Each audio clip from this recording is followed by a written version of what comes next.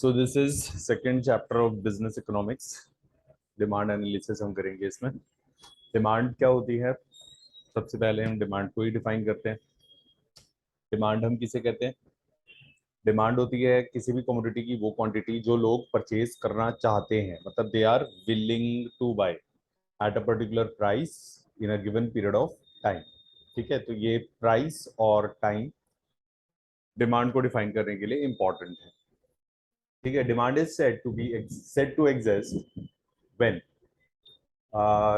किसी भी इंडिविजुअल की डिजायर है उस गुड को परचेज करने की, कैपेसिटी है उसकी, वो खरीद सकता है और उस पर्टिकुलर टाइम पे वो खरीदना चाहता है। जिस हम टाइम की बात कर रहे हैं, यहाँ पे टाइम की बात कर रहे हैं ना, तो उस टाइम पे वो खरीदने के लिए रेडी है, he is willing to pay. ठीक है, then demand is related to price, period of time, ये हमने देख लिया है। Demand is a flow concept. Flow concept पता है आपको क्या होता है? स्टॉक कॉन्सेप्ट और फ्लो कॉन्सेप्ट। स्टॉक कॉन्सेप्ट ऐसा कॉन्सेप्ट होता है, ऐसे वेरिएबल होते हैं स्टॉक वेरिएबल जिसको हम at a point of time measure कर रहे हैं। ठीक है, यानी किसी पर्टिकुलर डेट पे हो सकता है, किसी पर्टिकुलर डे पे, डे के किसी पर्टिकुलर आर पे। ठीक है, तो वो हो जाएगा at a particular point of time. Flow क्या होता है? In a given period of time.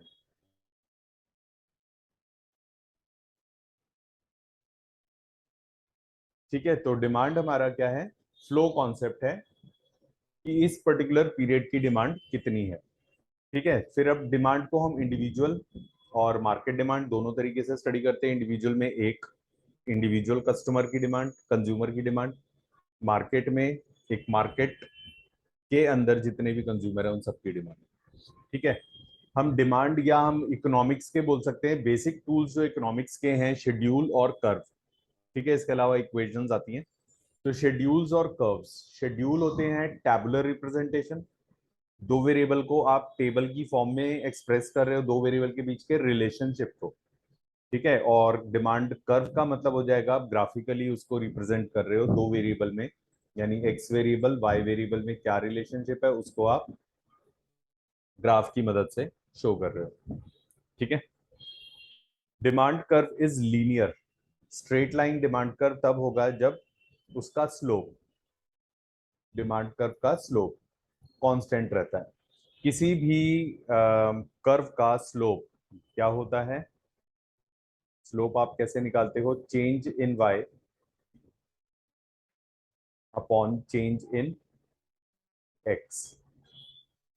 तो यहाँ पे आप ये ले सकते हो कि वाई एक्सिस के अराउंड अलोंग जो वेरिएबल आपने लिया है उसमें क्या चेंज आ रहा है, और एक्स एक्सिस में जो आपने वेरिएबल मेजर करा है, एक्स एक्सिस के अलोंग जो वेरिएबल मेजर करा है उसमें क्या चेंज आ रहा है। ठीक है, तो change in y by change in x, ये स्लोप होता है। तो इसका मतलब हो गया change in price by change in quantity. ठीक है, प्राइस में चेंज डिवाइडेड बाय क्वांटिटी में चेंज, ये स्लोप हो जाएगा। अगर ये कांस्टेंट है, delta price by delta quantity, और नेगेटिव साइन हम लगाते हैं क्योंकि डिमांड कर्व का जो स्लोप है वो नेगेटिव होता है। ठीक है, so if this is constant, straight line हो जाएगा कर्व। अगर ये कांस्टेंट नहीं है, चेंज हो रहा है, then it will be non linear या कर्व होगा। ठीक है, कर्वी लीनियर होगा। अब फैक्टर्स जो इंडिविजुअल डिमांड को अफेक्ट करते हैं वो हो जाएंगे किसी भी कमोडिटी का अपना खुद का प्राइस। ठीक है, अपने प्राइस से इनवर्सली रिलेटेड है। किसी भी चीज की डिमांड उस चीज के अपने खुद के प्राइस से इनवर्सली रिलेटेड है, मतलब कि प्राइस इंक्रीज होने पर demand will reduce. Related goods का प्राइस, रिलेटेड गुड्स दो तरह के होंगे आपके, कॉम्प्लीमेंट्री और सब्स्टिट्यूट्स। कॉम्प्लीमेंट्री गुड्स क्या हो जाएंगे? ऐसे गुड्स जो एक दूसरे के बिना आप इस्तेमाल नहीं कर सकते, जिनको आप एक साथ ही इस्तेमाल करोगे। ठीक है, तो कॉम्प्लीमेंट्री गुड्स की जो डिमांड होती है that is called the joint demand.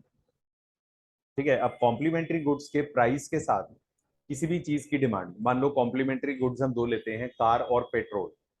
ठीक है, कार और पेट्रोल हमने ले लिया, तो कार का प्राइस सॉरी कार की डिमांड, पेट्रोल का प्राइस, इनके बीच में क्या रिलेशन है?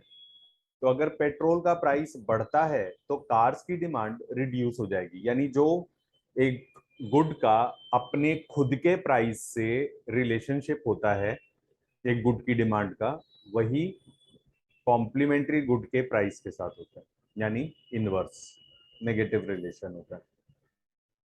तो अगर मैं एक एक्सेस पे एक गुड रखूं और दूसरी एक्सेस पे मैं उसका कॉम्प्लीमेंट्री गुड का प्राइस रखूं, एक गुड की डिमांड और वाई एक्सिस पे कॉम्प्लीमेंट्री गुड का प्राइस, तो ये नेगेटिव रिलेशन या नेगेटिव स्लोप आपका होगा।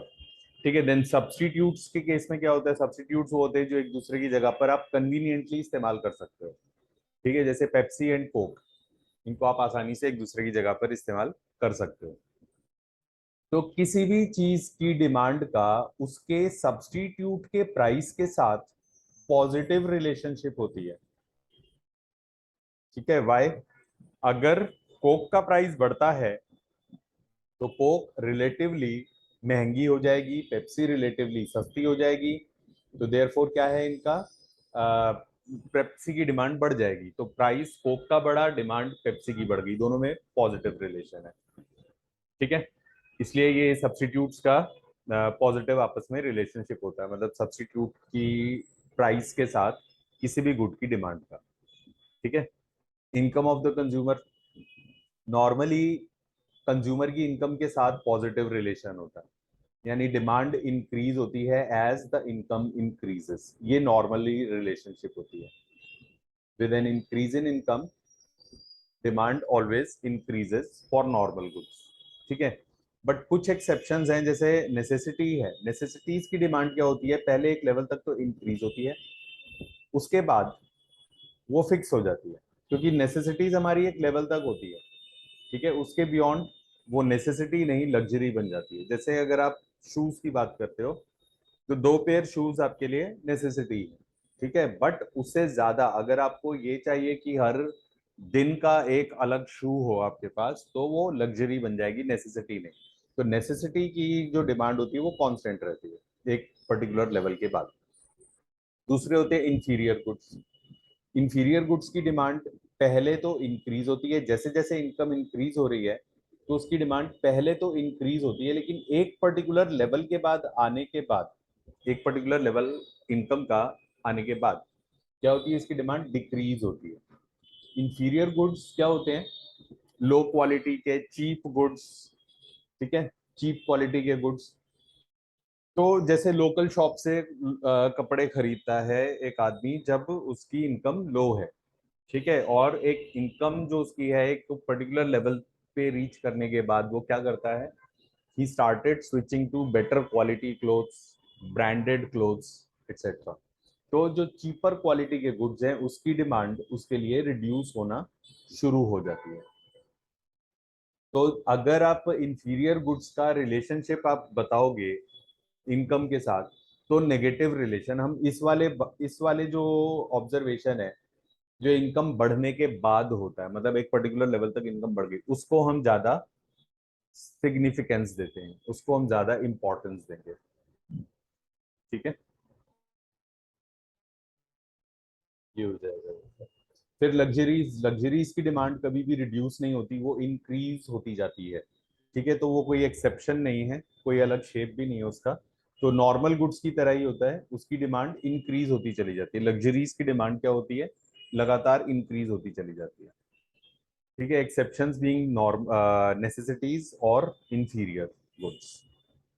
ठीक है, फिर आता है taste and preferences of consumers. Taste और प्रेफरेंस का इम्पैक्ट भी डिमांड के ऊपर पड़ता है, कि अगर टेस्ट और प्रेफरेंसेस गुड के फेवर में है तो गुड की डिमांड इंक्रीज होती है, अगर वो गुड के फेवर में नहीं है, ठीक है, तो गुड की डिमांड डिक्रीज हो जाती है, रिड्यूस हो जाती है। ठीक है, नेक्स्ट हमने देखा, नेक्स्ट हमारा टॉपिक जो है मार्केट डिमांड। एक मार्केट के अंदर जितने भी इंडिविजुअल कंज्यूमर है उन सबकी डिमांड को क्लब करके जो डिमांड बनती है वो market demand. Market demand schedule और मार्केट डिमांड कर्व अगेन अगर ये दोनों वेरिएबल्स को आप टेबल के फॉर्म में एक्सप्लेन कर रहे हो तो शेड्यूल हो गया, अगर ग्राफिकली आप शो कर रहे हो तो वो कर्व हो जाएगा। ठीक है, मार्केट डिमांड को अफेक्ट करने वाले फैक्टर्स क्या क्या हैं? जो सारे इंडिविजुअल डिमांड को अफेक्ट करते हैं वही सारे मार्केट डिमांड को भी अफेक्ट करेंगे। ठीक है, प्लस उसके अलावा तीन फैक्टर और हैं। साइज ऑफ पॉपुलेशन, जितनी ज्यादा बड़ी पॉपुलेशन होगी उतनी ज्यादा डिमांड होगी। कॉम्पोजिशन ऑफ पॉपुलेशन, जिस तरह के लोग आप पॉपुलेशन में ज्यादा होंगे उस तरह की चीजों की वो जो चीजें डिमांड करते हैं। मतलब ओल्ड एज के लोग ज्यादा हैं या यंग एज के लोग ज्यादा हैं, मान लो यंग ज्यादा हैं तो यंग लोग जो डिमांड करते हैं चीजों का उसकी डिमांड ज्यादा होगी, तो वो कॉम्पोजिशन के ऊपर भी डिपेंड करता है। फिर आता है डिस्ट्रीब्यूशन ऑफ इनकम, कि डिस्ट्रीब्यूशन ऑफ इनकम क्या है, इक्वल डिस्ट्रीब्यूशन हो रहा है या इनइक्वालिटीज हैं इकोनॉमी के अंदर। अगर इक्वल डिस्ट्रीब्यूशन हो रहा है इकोनॉमी में, ठीक है, तो क्या होगा कि हर किसी के पास परचेजिंग पावर है, हर कोई अपनी नेसेसिटीज को परचेज कर सकता है, तो कंजम्पशन का लेवल हाई होगा, तो यानी डिमांड हाई है। दोनों के मुकाबले में हम बात कर रहे हैं। और अगर इनइक्वालिटीज ज्यादा है, ठीक है, अगर इनइक्वालिटीज का मतलब होता है कि जो अमीर है वो बहुत अमीर है और जो गरीब है वो बहुत गरीब है। ऐसे केस में क्या होता है कि एक सेक्शन होता है, एक बहुत बड़ा सेक्शन होता है इकोनॉमी का, जिसके पास अपनी नेसेसिटीज को परचेज करने के लिए भी इनकम नहीं होती है, यानी डिमांड का लेवल अल्टीमेटली क्या रहता है, लो रहता है। तो अगर इक्वालिटी ऑफ इनकम है तो डिमांड का लेवल हाई रहेगा, जबकि अगर इनइक्वालिटीज हैं इनकम के डिस्ट्रीब्यूशन में तो डिमांड का लेवल लो रहेगा। ठीक है, अब ये जितने हमने फैक्टर्स पढ़े उसमें से सबसे पहला जो फैक्टर था वो था प्राइस ऑफ द गुड। तो प्राइस ऑफ द गुड और क्वांटिटी, इन दोनों के बीच में जो रिलेशनशिप है that is called the law of demand. तो लॉ ऑफ डिमांड हमें क्या कहता है, if other things are kept constant, demand is inversely related, या demand increases with the fall in price and decreases with the rise in price, यानी कि it is inversely related. ठीक है, price के बढ़ने से डिमांड कम हो जाती है, प्राइस के कम होने से डिमांड बढ़ जाती है। ये लॉ ऑफ डिमांड कहता है। क्या क्या रीजंस है इस लॉ के ऑपरेट करने के पीछे कि प्राइस के बढ़ने से डिमांड कम क्यों हो जाती है? तो सबसे पहला रीजन जो मार्शल ने एक्सप्लेन करा है वो एक्सप्लेन करा है यूटिलिटी एनालिसिस के थ्रू, कि law of diminishing marginal utility का यूज करके। Law of diminishing marginal utility क्या कहता है,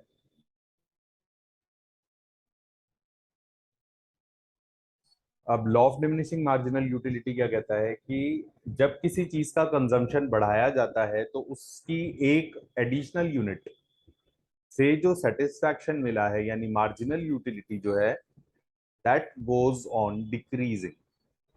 ठीक है, ये लॉ आपने पढ़ा है बार बार, 12th क्लास से आप पढ़ते आ रहे होगे।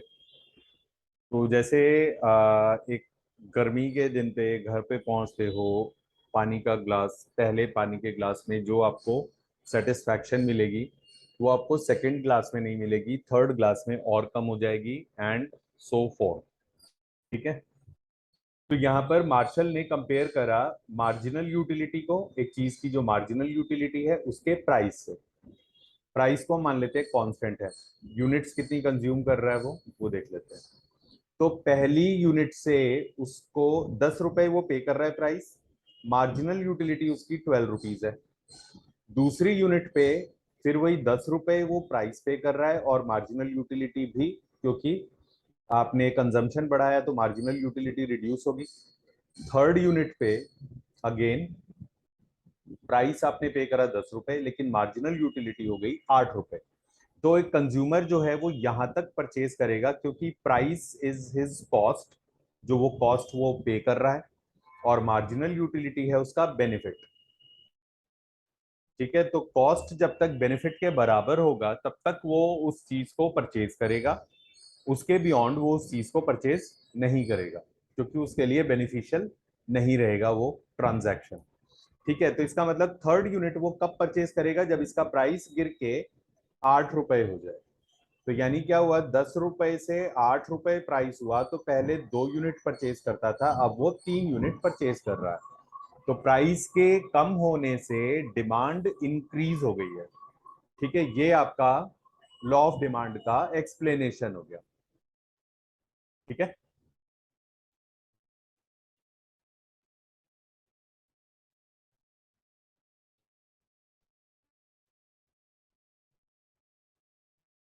दूसरा रीजन इसका है आपका नंबर ऑफ कंज्यूमर।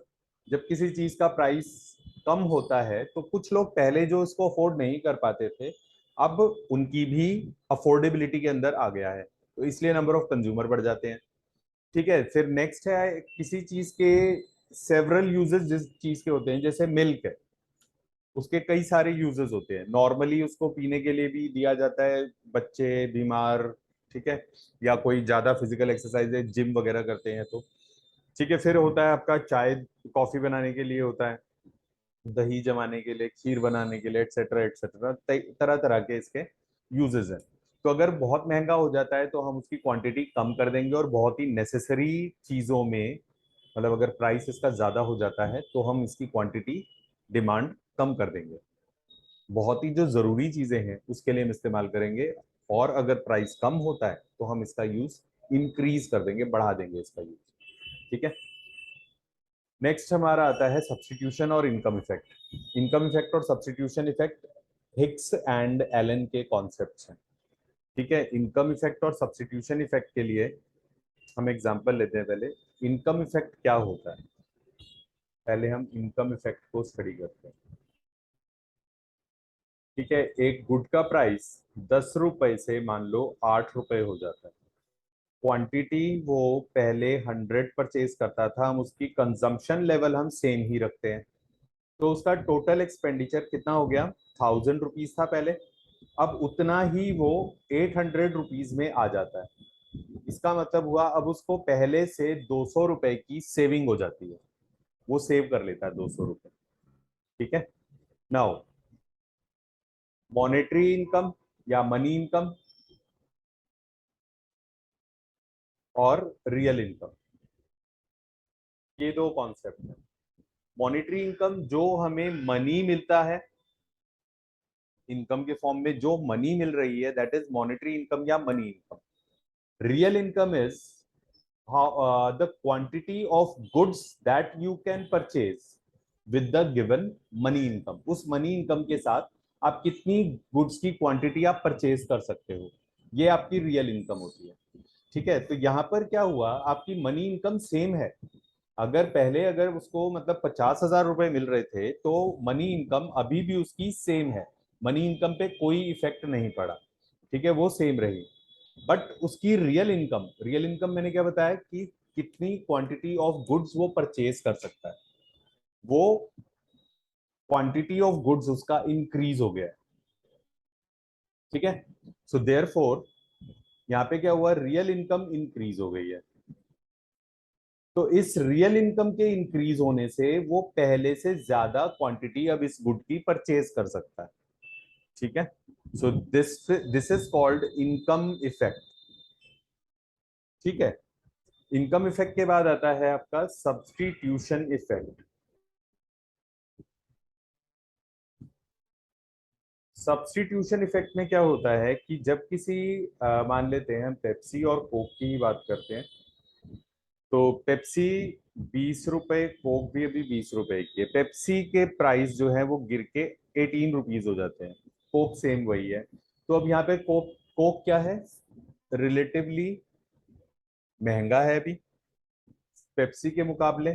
तो क्या होगा, कुछ लोग जो कोक परचेज करते हैं वो इसके कारण स्विच ओवर कर जाएंगे इस पे, पेप्सी पे। तो पेप्सी का प्राइस कम हुआ और उसकी डिमांड इंक्रीज हो गई, क्योंकि उसका सब्स्टिट्यूट कंज्यूम करने वाले लोग भी स्विच ओवर कर जाएंगे इस गुड की तरफ।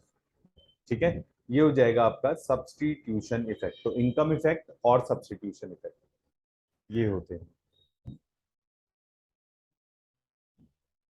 ठीक है, तो ये हमारे हो गए रीजंस की लॉ ऑफ डिमांड क्यों ऑपरेट करती है। फिर एक्सेप्शंस पे आते हैं। Exceptions to the law of demand में गिवन गुड्स है सबसे पहला। अब गिवन गुड क्या होते हैं,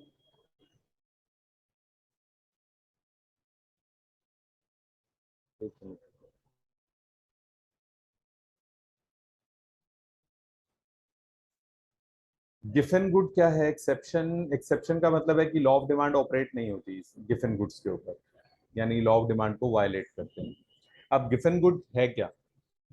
एक British economist, sorry, sir Robert Giffen, इन्होंने क्या ऑब्जर्व करा था कि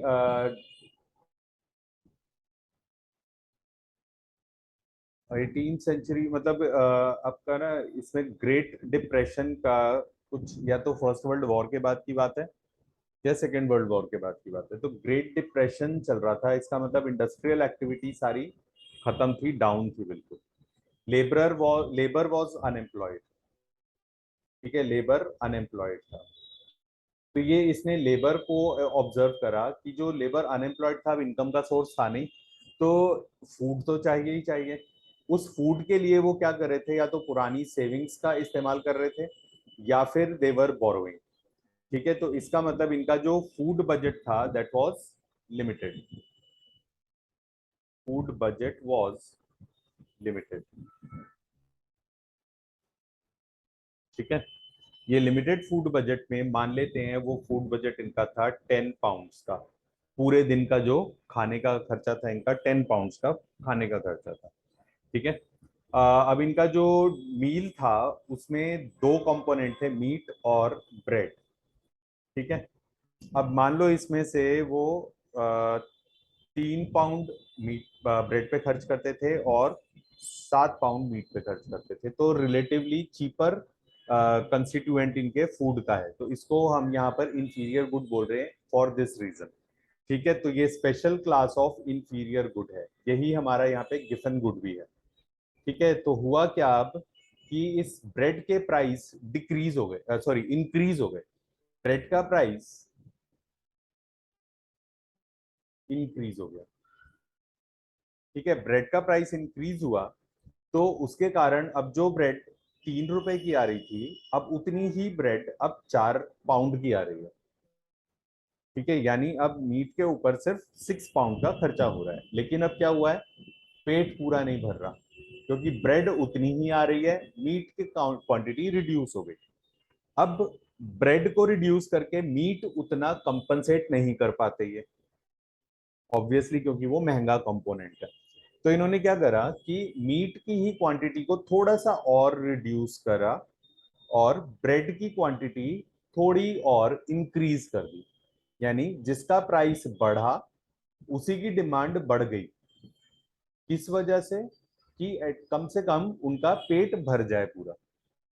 ठीक है, तो इसी को आज जो है economist low income, very low income families जो होती हैं उनके ऊपर अप्लाई करते हैं। ठीक है, तो ये लो इनकम फैमिलीज में क्या होता है? मेनली जो कंपोनेंट होता है, फॉर एग्जांपल हम लेते हैं दाल और बाजरे की रोटी खाते हैं, तो बाजरा और दाल, जिसमें बाजरा जो है वो क्या है? रिलेटिवली सस्ता कंपोनेंट है दाल के मुकाबले। तो अगर यहाँ पर भी यही सिचुएशन होती है, बाजरा का प्राइस अगर बढ़ जाता है, तो इसी तरीके से वो बाजरा का कंजम्पशन इंक्रीज कर देंगे, ताकि कम से कम पेट पूरा भर जाए। ठीक है, मतलब एक मील पूरा उनको मिल जाए। क्लियर? ये गिफन गुड का कॉन्सेप्ट है। ठीक है, गिफन गुड के बाद आते हैं goods of distinction. Goods of distinction क्या होते हैं? जो स्टेटस सिंबल के गुड्स होते हैं। ठीक है, कोई भी मूवी स्टार हो गया है, जैसे मुकेश अंबानी है, ये लोग आके मारुति स्विफ्ट डिजायर नहीं परचेज करेंगे, ये लोग कभी ये मारुति के शोरूम में भी नहीं घुसेंगे। ठीक है, why? Because they have a status symbol, और वो उनकी हर एक चीज से रिफ्लेक्ट होता है। तो वो ऐसी चीजें परचेज करते हैं जिनमें उनका स्टेटस सिंबल झलकता है।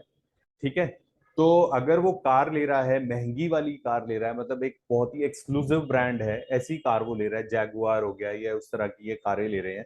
ठीक है, या मर्सिडीज तो ज्यादा कॉमन हो गई है अभी, रोल्स रॉयस अगर उठा लेते हैं, तो ठीक है, अब अगर उस गुड का प्राइस जो ये स्टेटस सिंबल के लिए इस्तेमाल कर रहे हैं, उसका प्राइस अगर कम होता है, ठीक है, कम होने का मतलब मैं ये नहीं कह रहा कि कॉमन मैन की रीच में आ जाता है, उस चीज का प्राइस उतना कभी भी नहीं हो सकता कि वो कॉमन मैन की रीच में आ जाए, कि मतलब हर गली गली में खड़ी होने लग जाए, बट वो पहले से ज्यादा लोगों के रीच में आ गई है। ठीक है, और पहले से ज्यादा कॉमनली नजर आने लगी है। ठीक है, तो एक्सक्लूसिविटी खो गई उसकी। तो अब वो क्या करता है, वो सेक्शन सोसाइटी का जो स्टेटस सिंबल के लिए ढूंढता है चीजों को, कि अपना स्टेटस सिंबल शो करने के लिए, वो अब ऐसी चीज को स्विच ओवर करेगा जो अब एक्सक्लूसिव है। इसका मतलब है कि हम यहाँ पे पूरी डिमांड की बात नहीं कर रहे, इस पूरे में से एक सेक्शन है। तो लॉ ऑफ डिमांड अभी भी अप्लाई हो रही है इस लार्जर सेक्शन पे, इस छोटे सेक्शन पे अप्लाई नहीं हो रही है लॉ ऑफ डिमांड। तो law of demand is partly applicable, ठीक है, और पार्टली इनएप्लीकेबल। इस पे वो लोगों पे जो स्टेटस सिंबल के लिए चीजों को खरीदते हैं। ठीक है, फिर इसके बाद नेक्स्ट एक्सेप्शन आता है आपका नेसेसिटीज। नेसेसिटीज की डिमांड जो है, अगर प्राइस गिर भी जाता है उसका, तो बहुत ज्यादा डिमांड में इंक्रीज नहीं आता। ठीक है, और हम यहाँ पे अगर बात करें, नेसेसिटीज की डिमांड बिल्कुल नहीं ऑपरेट होती। अगर हम एक्सेप्शन की बात कर रहे हैं, तो वो ऐसी चीजें होंगी जो कि आपकी एब्सोल्यूट नेसेसिटीज है, जिसके बिना आप बिल्कुल भी नहीं जी सकते हो।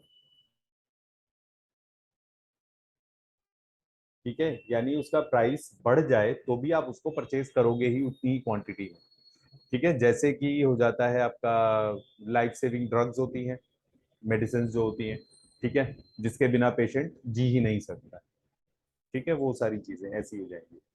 फिर आता है नेक्स्ट एक्सेप्शन आती है possibility of rise in price. अगर फ्यूचर में प्राइस के इंक्रीज होने की पॉसिबिलिटी लग रही है, ठीक है, तो आज सेम लेवल पर कंजम्पशन एकदम से बढ़ जाएगा। तो क्या हुआ, यहाँ पे प्राइस में कोई चेंज नहीं आया, क्योंकि लॉ ऑफ डिमांड तो कहता है डिमांड तब बढ़ेगी जब प्राइस कम होगा। लेकिन यहाँ तो प्राइस कम ही नहीं हुआ, लेकिन फिर भी डिमांड बढ़ गई, तो क्या हो गया, ये एक्सेप्शन हो गया लॉ ऑफ डिमांड का। ठीक है, देन आता है इग्नोरेंस। इग्नोरेंस क्या है, इग्नोरेंस में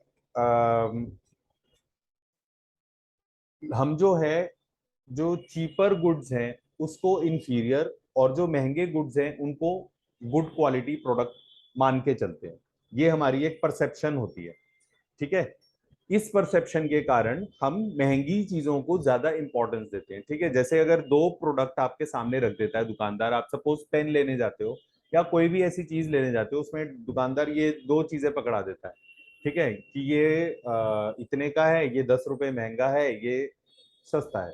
ठीक है, और रीजन क्या बताता है कि इसकी क्वालिटी बढ़िया है, ये ड्यूरेबल है, टिकाऊ है, ऐसा वैसा, उस तरह से उसके रीजंस देता है। तो हमारा परसेप्शन ये बन जाता है कि जो चीज महंगी है वो बेटर क्वालिटी गुड है। तो इस इग्नोरेंस के कारण भी जो महंगी चीज होती है उसकी डिमांड बढ़ जाती है सस्ती चीज के मुकाबले। ठीक है, नेक्स्ट हमारा कॉन्सेप्ट है चेंज इन डिमांड। अब छोटा सा एक कॉन्सेप्ट रह गया,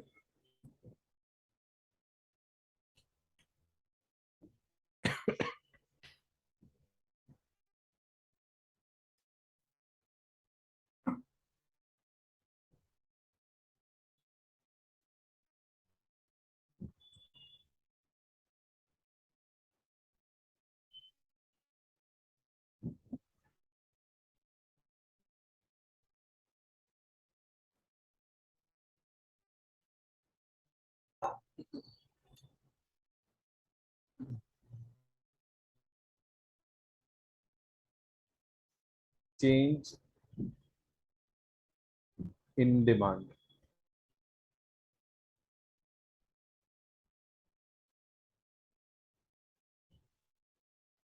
चेंज इन डिमांड को हम दो कैटेगरीज में स्टडी करते हैं।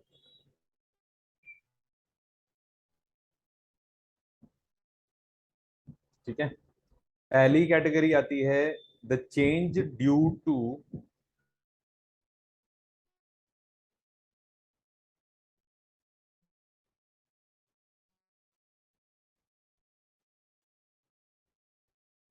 चेंज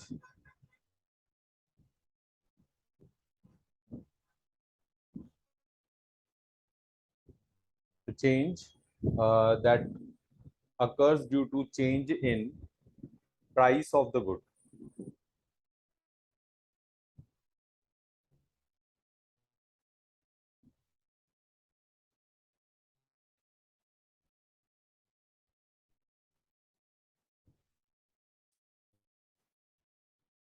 और दूसरा change due to change in other factors.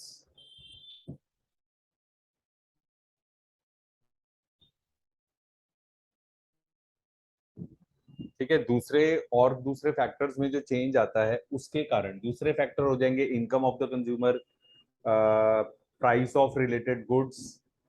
ठीक है, इस तरह की जो फैक्टर्स होंगे, प्राइस के अलावा जो दूसरे फैक्टर्स हैं उनमें जो चेंज आता है उसके कारण। ठीक है, अब due to change in the price of the good, इसके कारण आता है आपका expansion. Expansion occurs when price of the good falls। ठीक है, और दूसरा होता है contraction. Contraction occurs when price of the good rises।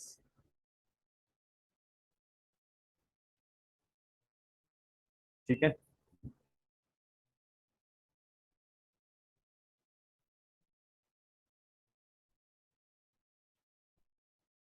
इसमें क्या होता है एक्सपेंशन में, ये डिमांड कर्व है हमारा।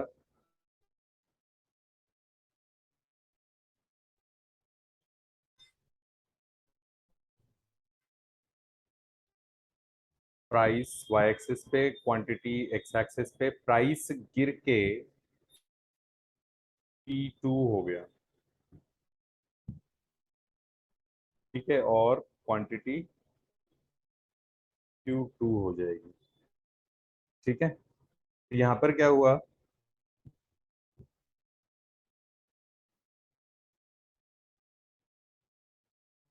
ये ए पॉइंट है, यहाँ से इस बी पॉइंट पर डिमांड शिफ्ट हो गई। ठीक है, और जबकि कॉन्ट्रैक्शन में क्या होगा, इसका ऑपोजिट हो जाएगा। कॉन्ट्रैक्शन में यहाँ पर ए पॉइंट है, ए पॉइंट से बी पॉइंट पे अपवर्ड डिमांड जो है शिफ्ट हो जाएगी। यानी कि यहाँ पर क्या हो रहा है, movement along the same demand curve is taking place. Movement along the same demand curve.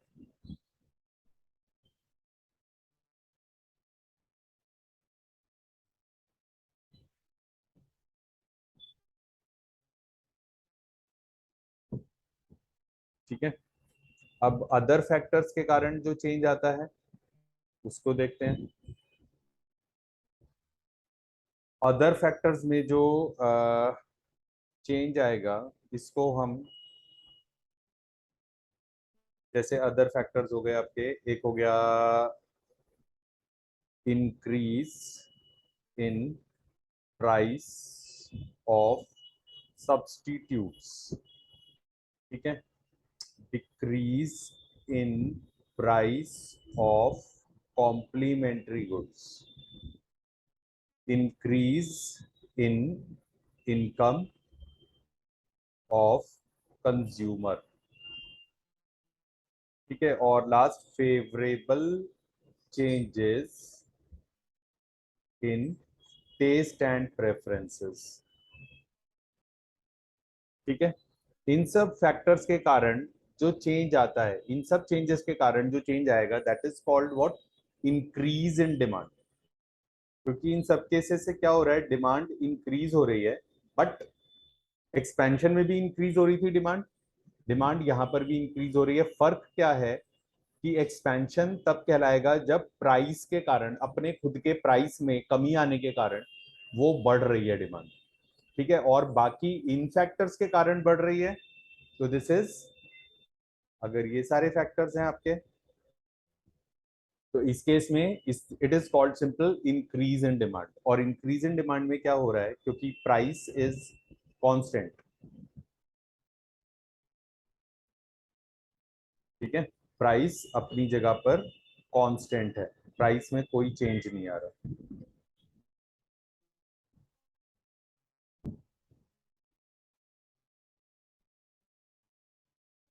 और ये हमारा डिमांड कर्व है, अभी इस प्राइस लेवल पर इतनी डिमांड है। क्या हुआ कि इसके सब्स्टिट्यूट का प्राइस इंक्रीज हो गया, तो इसकी भी डिमांड इंक्रीज हो गई। ठीक है, और वो बढ़ के इस लेवल पर आ गई Q2 पे, but price remains the same. ठीक है, तो देयरफॉर ये डिमांड D1 थी, ये D2 हो गई है। ठीक है, when the price is kept constant, तो इसका एक कारण क्या होता है, डिमांड कर्व अपनी जगह से शिफ्ट हो जाता है। ठीक है, ये डिमांड कर्व अपनी जगह से शिफ्ट हो गया यहाँ पे, तो this is called rightward shift. और ऐसे ही डिक्रीज, डिक्रीज इनके ऑपोजिट रीजंस के कारण हो जाएगा, डिक्रीज के रीजन इसके ऑपोजिट होंगे। Decrease in price of substitutes, increase in price of complements, decrease in the income, और अनफेवरेबल चेंजेस, इसके कारण जो आएगा वो डिक्रीज होगा। ठीक है, और डिक्रीज में क्या होगा, डिमांड कर्व लेफ्टवर्ड शिफ्ट होगा। ठीक है, जो डिमांड कर्व अभी राइटवर्ड शिफ्ट हो रहा था, इस केस में लेफ्टवर्ड शिफ्ट हो जाएगा। ठीक है,